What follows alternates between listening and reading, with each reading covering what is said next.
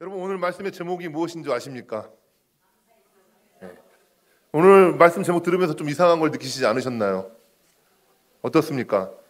불평에서 감사로 나가야 되는데 제가 반대로 말을 했죠. 그죠? 여러분 감사해서 불평으로 나가면 안 되겠죠.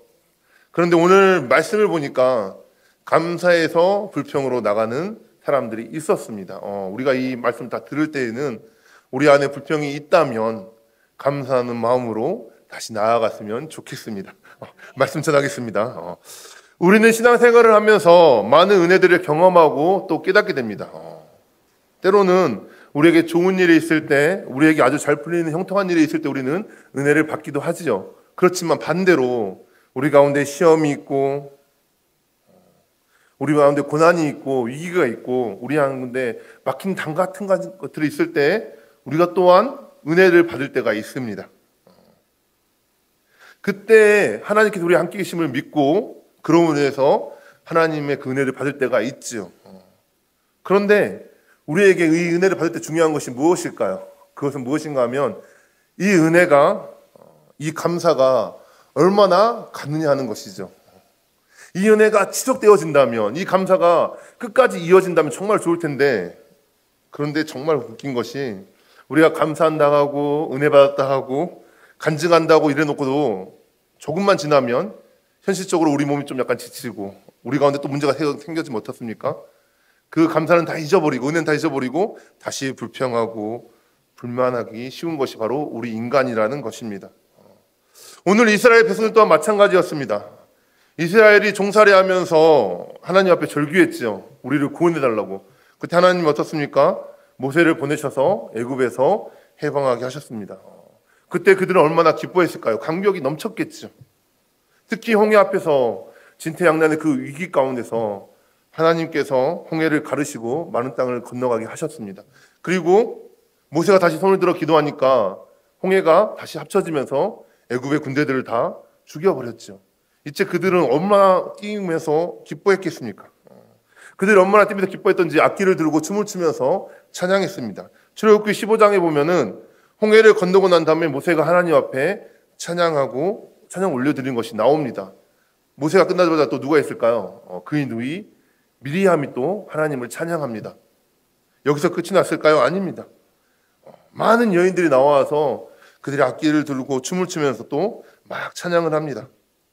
기쁨과 감격과 감사와 은혜와 찬양이 넘쳐났죠. 그렇다면 여러분 이 감사와 은혜가 며칠이나 갔을까요? 출애굽기 15장 22절에 나와 있습니다. 그 은혜는 달랑 사흘 3일밖에 가지 않았습니다. 홍해를 건너 엄청난 기적을 경험했던 그들이 이제 수르 광야에 이르게 됩니다. 3일 동안 길을 걸어가는데 이제 물이 없습니다. 여러분 물을 마시지 못하게 되면 어떻게 될까요? 특히 이러한 여름에 물을 마시지 못하게 되면 사람이 지치겠죠. 그러다 보면 짜증이 나겠죠. 엄청난 기적을 경험했던 그들이 3일 동안 버티다가 마라라는 곳에 이르러서 이제 물이 나 있는 거 보고 이제 갔는데 불평을 쏟아놓게 이르는 것이죠. 3일이라는 그 감사기간 동안에 이제 불평으로 바뀌게 되어진 것이죠. 그런데 하나님께서 어떻게 하십니까? 그들의 불평을 들으시고 그 쓴물 마라를 단물로 바꾸어 주십니다. 그들은 또 하나님의 그 은혜와 기적을 경험하게 되어지는 것이죠. 출애굽기 15장 26절입니다. 이르시되 너희가 너희 하나님 나 여호와의 말을 들어 순종하고 내가 보기에 의를 행하며 내 계명에 귀를 기울이며 내 모든 규례를 지키면 내가 애굽 사람에게 내린 모든 질병 중 하나도 너희에게 내리지 아니하리니 나는 너희를 치료하는 여호와임이라. 여러분 여호와 라파라는 말 잘 아시나요? 그게 여기서 나왔습니다. 하나님께서는 쓴물을 단물로 바꿔주시면서 나는 무릎만 고치는 하나님이 아니라 너희를 치료하는 여호와다라고 말씀해 주신 것이죠. 그러면서 여호와 라파의 하나님을 계시해 주셨습니다. 그들은 또 한 번 기적과 은혜를 경험한 것이죠. 자, 그럼 어떻습니까? 이제 이러한 문제가 생기면 어떤 문제가 생기면 어떨까요? 그들이 또 원망해야 될까요? 불평해야 될까요? 아니죠. 하나님께 이러한 쓴물도 단물로 바꾸신 그 하나님을 경험하면서 이제 우리가 먹을 것이 없거나 아니면 물이 없을 때 어떻게 해야 될까요? 하나님, 저번에 그랬던 것처럼 우리를 인도해 달라고 기도하면 되겠죠. 그런데 어떻습니까? 16장에 가면 또 문제가 터지게 됩니다. 이번에는 뭐가 문제가 터지게 될까요? 물이 해결됐는데 이제는 먹을 것이 없습니다. 하나님께 원망하죠. 어떻게 원망하죠? 우리가 애굽에 있을 때는 고기도 먹었다고 먹었다고 막 하면서 이야기하면서 막 원망을 하죠. 그 불평과 원망에 하나님 어떻게 대답하십니까? 만나와 메추라기로 그들의 일용할 문제를 해결해 주셨습니다. 여러분, 이제 그렇다면 또 은혜를 받았습니다. 그렇다면 이제 또 어떻게 해야 될까요? 또 문제가 생기면 또 불평과 원망하면 하나님이 해주는 걸까요? 아니죠. 그 하나님을 믿고 우리가 기도하고 하나님께 아뢰야 되는 것이겠죠. 그런데 오늘 17장에 보니까 또 어떻습니까? 불평하고 원망합니다. 이번에 불평과 원망은 저번과는 다릅니다. 모세에게 달려들여 모세를 죽이려고 하죠. 그런데 이번에도 하나님은 은혜를 베풀어 주셨습니다. 오늘 이 이스라엘 백성들의 모습을 보면서 우리의 모습들을 바라보게 되어집니다. 늘 우리는 은혜를 경험합니다.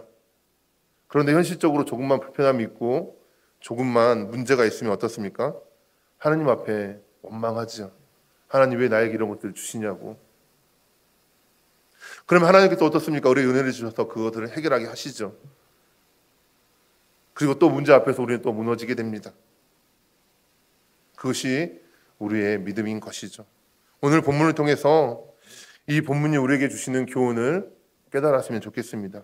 우리의 삶을 돌아보면서 우리는 이렇게 이스라엘 백성과 같은 삶을 살고 있지는 않는지, 그것을 돌아봄으로써 하나님께 감사할 수 있는 우리 성도님들이 될 수 있기를 원합니다.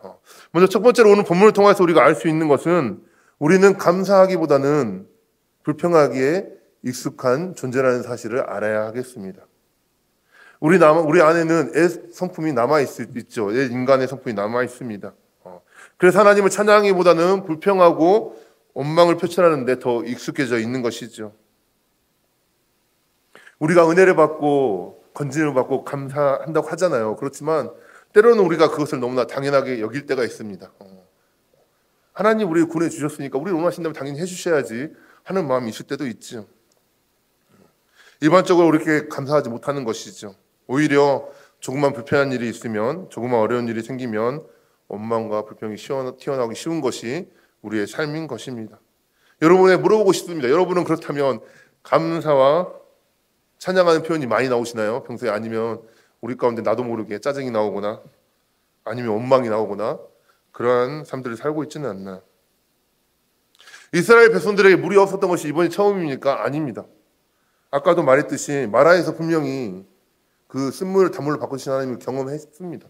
그리고 그 이후로 어떻습니까? 엘림에서 샘 열둘이라는 그 거대한 물을 하나님께서 주셨고 이스라엘 백성들을 잘 먹여주셨죠. 그런데 그들은 어떻습니까?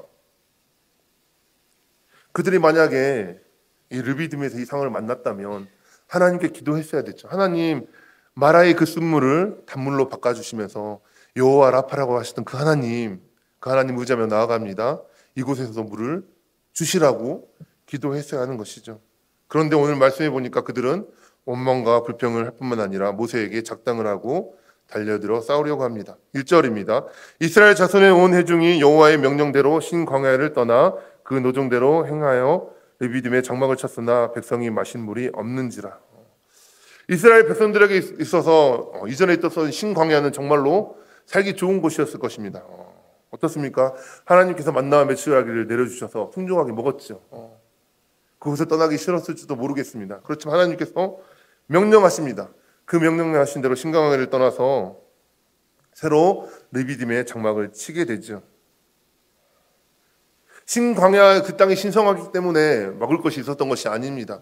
하나님께서 함께해 주셨기 때문에 만나와 메추라기가 있었던 것이죠. 우리는 그것을 기억해야 합니다. 그 하나님이 신광야뿐만 아니라 이 르비딤에도 있기 때문에 그들이 어떤 가운데 처할지라도 하나님의 은혜를 채워 주신다는 것을 그들이 알았다면 원망과 불평을 하지 않았겠죠. 그들이 하나님의 명령대로 르비딤에 왔을 때 하나의 문제가 생겼습니다. 르비딤이 원래 그 뜻이 쉬는 곳, 휴식처라는 뜻을 가지고 있습니다. 시내 광야 최대의 오아시스가 있는 곳이 르비딤입니다. 하나님의 말씀대로 근데 르비딤이 왔는데 어떻습니까? 물이 하나도 없습니다. 하나님의 말씀에 따라 순종했는데 만약에 문제가 있다면 여러분은 어떻게 하시겠습니까? 하나님의 말씀에 따라 순종해서 왔는데 물이 없다면 여러분은 어떻게 하실까요? 하나님께서 분명히 물이 없는 것도 알고 계셨을 텐데 하나님은 왜 이곳으로 이스라엘 백성들을 인도하셨을까요? 분명히 하나님의 의도가 있었겠죠. 그렇지만 이스라엘 백성들은 그 의도들을 알아차리지 못했습니다. 2절입니다. 백성이 모세와 다투어 이르되 우리에게 물을 주어 마시게 하라. 모세가 그들에게 이르되 너희가 어찌하여 나와 다투느냐? 너희가 어찌하여 여호와를 시험하느냐? 물의 결핍을 경험한 이스라엘 백성들이 택한 것이 무엇입니까? 다툼이었습니다. 이 다툼은 마라에서의 목마름의 그 다툼과는 다릅니다. 어떻게 했냐면 4절에 보면 그들이 조금 있으면 내게 돌을 던지겠나이다 하고 모세가 말을 했죠. 여러분 이스라엘 백성들만 목이 말랐을까요? 모세는 목이 안 말랐을까요? 모세는 하나님을 정말 신실하게 믿는 사람이니까 하나님이 모세에게 물을 주셨을까요? 아니죠. 모세 또한 목이 말랐습니다. 그렇지만 이스라엘 백성들은 다툼의 편에 섰고 모세는 하나님의 편에 섰습니다. 그러면서 뭐라고 합니까? 너희가 어찌하여 여호와를 시험하느냐고 그들의 완약함을 책망하고 있습니다. 여기서 시험은 영어로 테스트입니다. 검증하다라는 뜻입니다. 이스라엘 백성들은 자기들이 요구한 대로 하나님이 물을 주시는지 안 주시는지 하나님을 검증하려고 했던 것이죠. 7절에서는 이러한 그들의 모습을 보며 이렇게 이야기합니다. 여호와께서 우리 중에 계신가 안 계신가 하였음이었더라. 백성들이 하나님을 시험한 것이죠. 만약에 하나님이 물을 안 주시면 하나님이 아닌 겁니까? 하나님이 물을 허락해 주시지 않으시면 나의 아버지가 아닌 게 되는 겁니까? 이들이 시험한 것이죠. 3절입니다. 거기서 백성이 목이 말라 물을 찾음에 그들이 모세에게 대하여 원망하여 이르되 당신이 어찌하여 우리를 애굽에서 인도해 내어서 우리와 우리 자녀와 우리 가축이 목말라 죽게 하느냐라고 말하고 있습니다. 목이 말랐던 그들은 한층 더 높여서 수위를 높여서 비난하죠. 그들의 본심이 드러납니다. 우리와 우리의 자녀와 우리의 가축, 즉 내 목숨과 내 가족과 내 재산을 해치지 말라고 이야기하는 것이죠. 그것들이 안전히 건드려지자 그들은 차라리 애굽의 노예로 있었던 것이 더 좋았다고 이야기합니다. 이것은 무엇을 의미하는 걸까요? 나를 지켜준다면 애굽이든 바알이든 하나님이든 무엇이라도 섬길 수 있다는 그 마음이 그들의 마음 가운데 있는 것입니다. 이처럼 생존의 문제 앞에서 그들의 민낯이 드러납니다. 하나님이 인도하신 르비딤에서 인간의 존재가 폭력되어지는 것이죠. 우리는 하나님을 섬기는 자들이 아니라 우리에게 먹을 것을 주고 우리를 도와주고 우리 자신을 섬기는 자들이라고 고백하고 있는 것이죠. 하나님의 뜻에 기반해서 살기보다는 나 자신을 책임져줄 무언가를 의지하면서 살아가겠다고 고백하는 것입니다.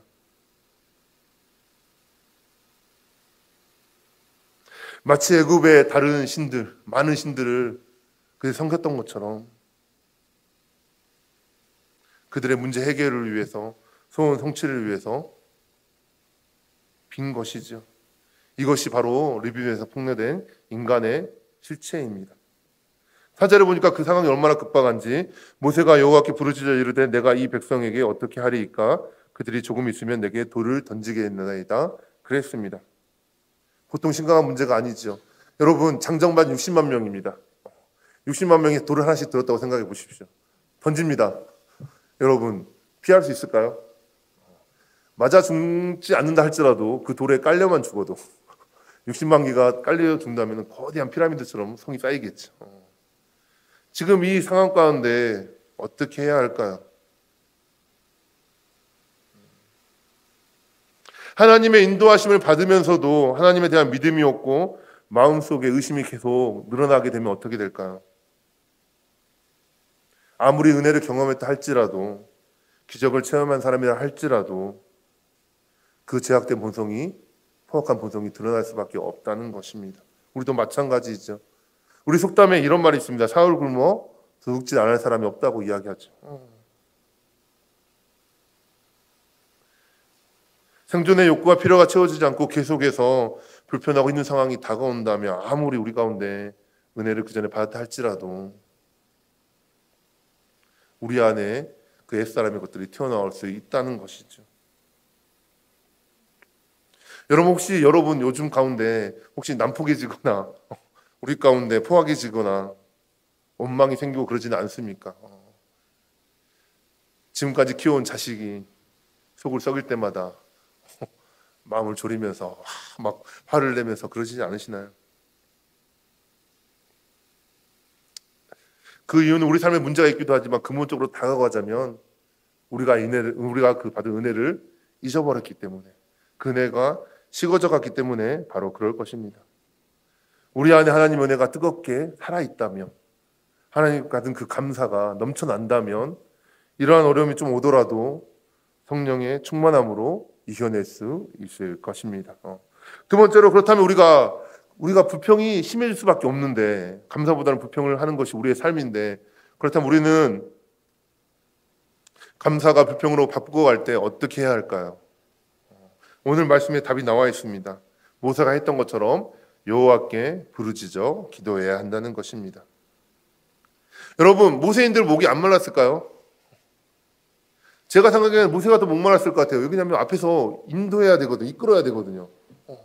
그 많은 사람들이 이끌어 나가는 데 있어서 딴 사람에 비해서 모세가 더 힘들었을 거고 모세가 더 고민이 많았을 거고 모세가 더 어려웠을 겁니다.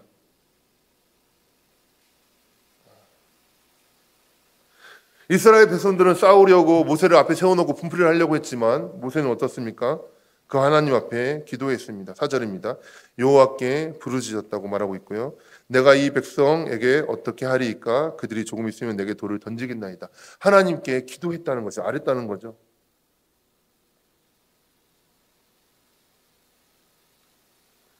우리의 믿음이 식어가고 은혜가 식어가면서 하나님께 불만이 생기고 또 하나님께 원망이 생길 때 이렇게 타겟을 정해놓고 거기에 책임을 전가할 수 있습니다. 그렇지만 믿음의 사람은 어떻습니까?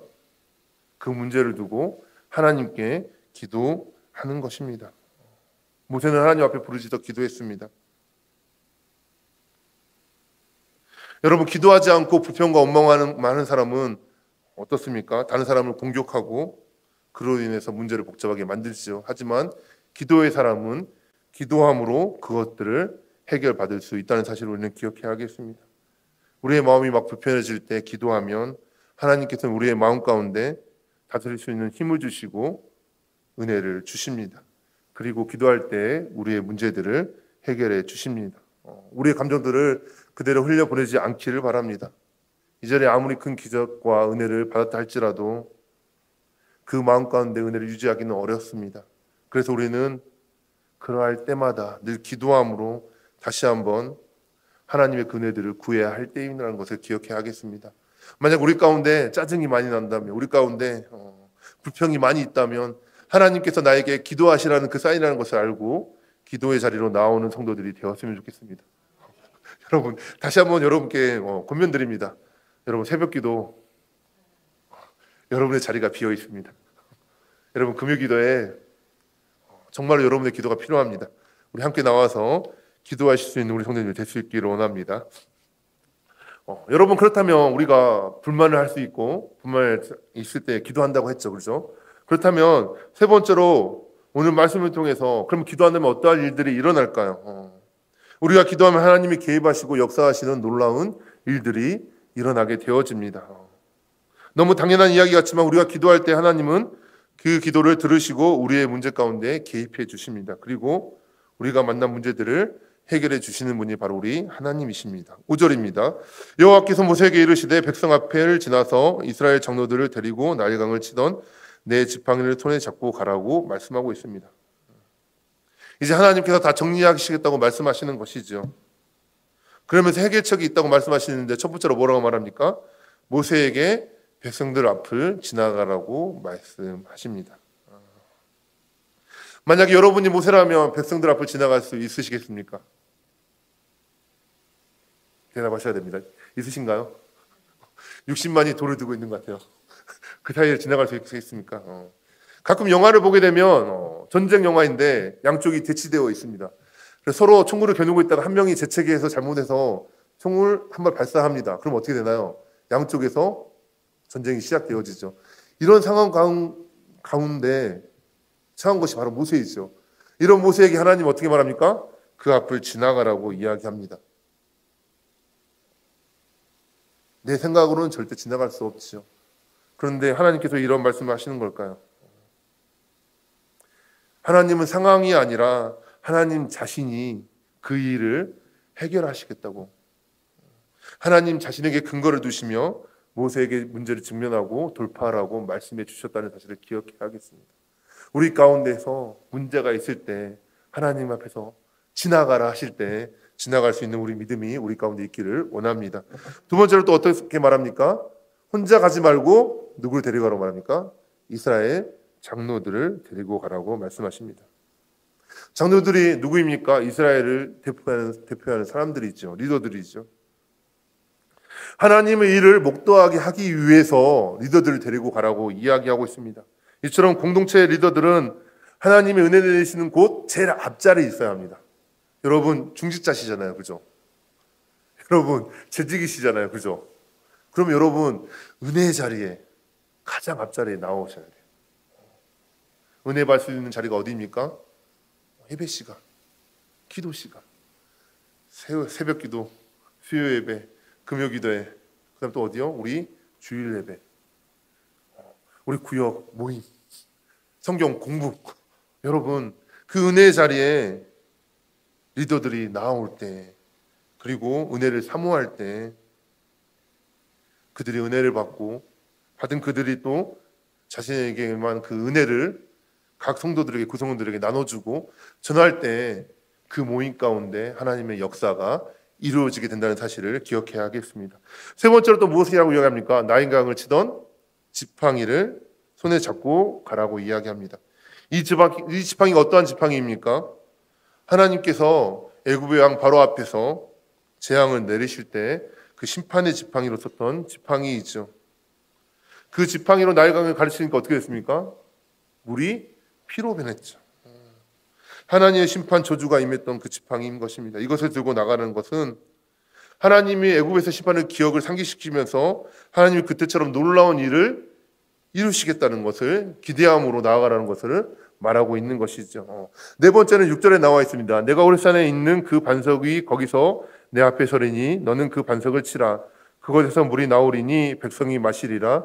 모세가 이스라엘 장로들의 목전에서 그대로 행하니라. 네 번째는 뭡니까? 지팡이로 반석을 치는 것입니다. 아까도 말했듯이 그 지팡이는 어떤 지팡이입니까? 애굽에서 심판했던 그 지팡이죠. 만약에 그 지팡이로 이스라엘 백성들을 치면 어떻게 됐을까요? 많은 수가 죽었겠죠. 그런데 하나님께서는 그 지팡이를 가지고 어떻게 하라 말씀하십니까? 호렙산에 있는 반석을 치라고 말씀하십니다. 하나님은 심판의 대상이 이스라엘 백성이 아니라 반석으로 바꾸어 주어서 치게 하신 것입니다. 반석을 해석하는 데는 여러 가지 해석이 있습니다. 그냥 일반 돌을 쳐서 그곳에 물이 나오게 하셨다는 그런 뜻도 있지만 이 반석을 예수님으로 상징하기도 합니다.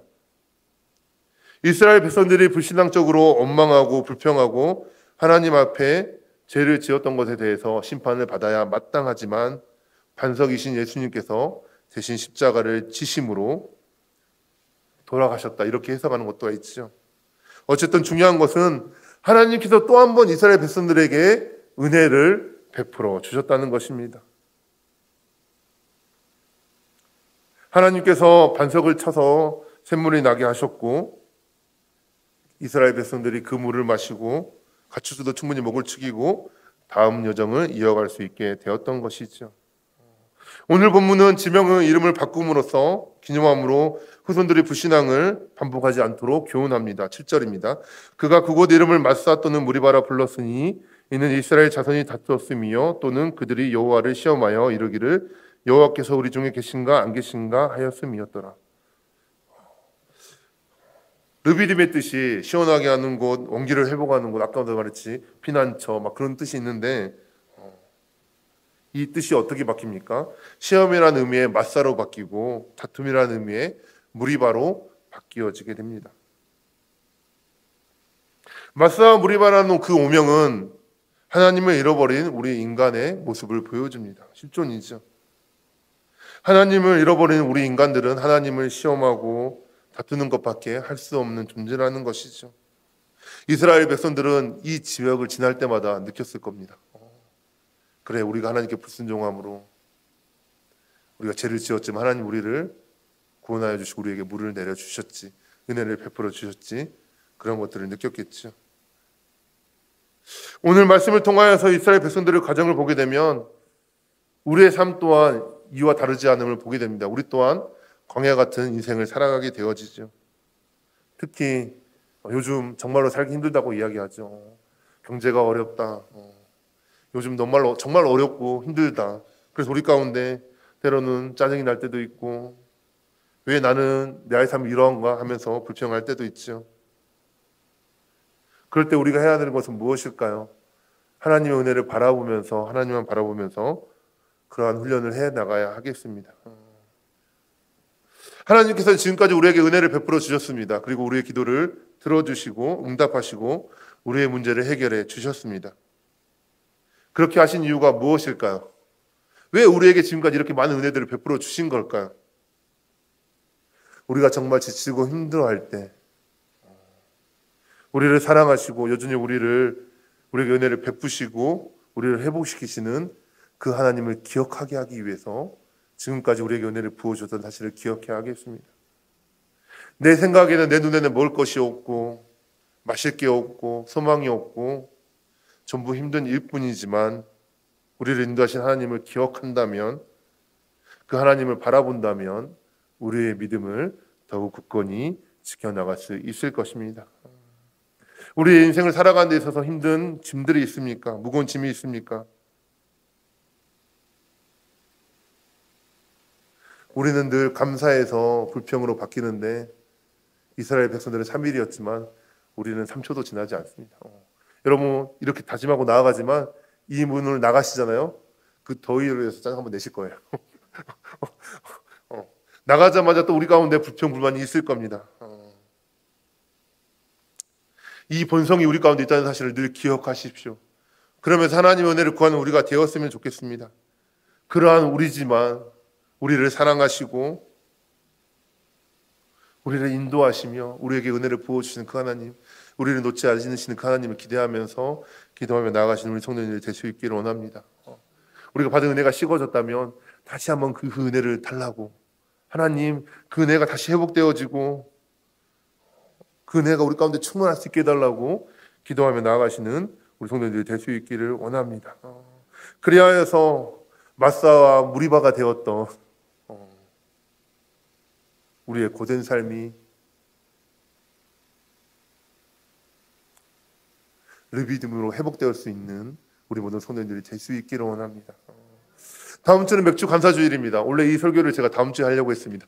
그런데 한 주 당겨졌는데 이번 한 주 동안 우리 성도님들 제가 숙제 하나 드리겠습니다. 뭘 하시면 되냐면 지금까지 우리를 인도해 주신 그 하나님의 은혜를 생각해 보시면서 감사의 노트를 한번 적어 보십시오. 지금 이제 6개월 지났는데 6개월 동안 하나님 우리에게 어떠한 감사의 제목들을 주셨는지, 그리고 감사의 제목들을 주셨다면 그 은혜들을 바라보며 기도하며 찬양하는 우리 성도들이 되었으면 좋겠습니다. 그리하여서 다음 주에 오실 때 그냥 맥주 감사주일 봉투만 가지고 오실 것이 아니라 그 감사하는 마음까지 같이 가지고 오셔서 하나님께 영광 올려드리는 우리 모든 동산의 성도님들이 될 수 있기를 바랍니다. 여러분 감사하시는 여러분이 되었으면 좋겠습니다. 우리 가운데 은혜를 회복함으로, 하나님께 기도함으로 우리의 믿음이 더욱더 성장했으면 좋겠습니다. 오늘 이 성경의 이스라엘 백성들을 다시 한번 기억해 보십시오. 감사해서 불평이 아니라 불평해서 감사하는 삶이 될 수 있는 우리 모든 성도님들이 될 수 있기를 바랍니다. 기도하도록 하겠습니다. 우리 인도하시고 사랑하시는 하나님 아버지, 늘 우리에게 좋은 것을 주시며 우리에게 은혜를 주시니 감사합니다. 하나님, 우리 가운데 불평이 생길 때마다, 원망이 생길 때마다, 우리 안에 문제가 생길 때마다 그것으로 인해서 다툼이 있을 것이 아니라 우리를 인도하신 그 하나님을 기억하면서, 이것을 해결하신 하나님을 기대하면서 감사하며 나가는 우리가 되도록 인도하여 주시옵소서. 하나님이 주시는 은혜가 우리 가운데 늘 넘쳐나기 원합니다. 우리 가운데 옛사람의 그 불평한 그 성품이 나올 때마다 늘 예수 그리스도의 십자가 앞에 첫 복종한 우리가 되게 하여 주시고, 하나님의 그 사랑을 기억하며 한 주간 더 살아갈 수 있는 우리 동산의 성도들이 될 수 있도록 인도하여 주시옵소서. 예수님의 이름으로 기도합니다. 아멘.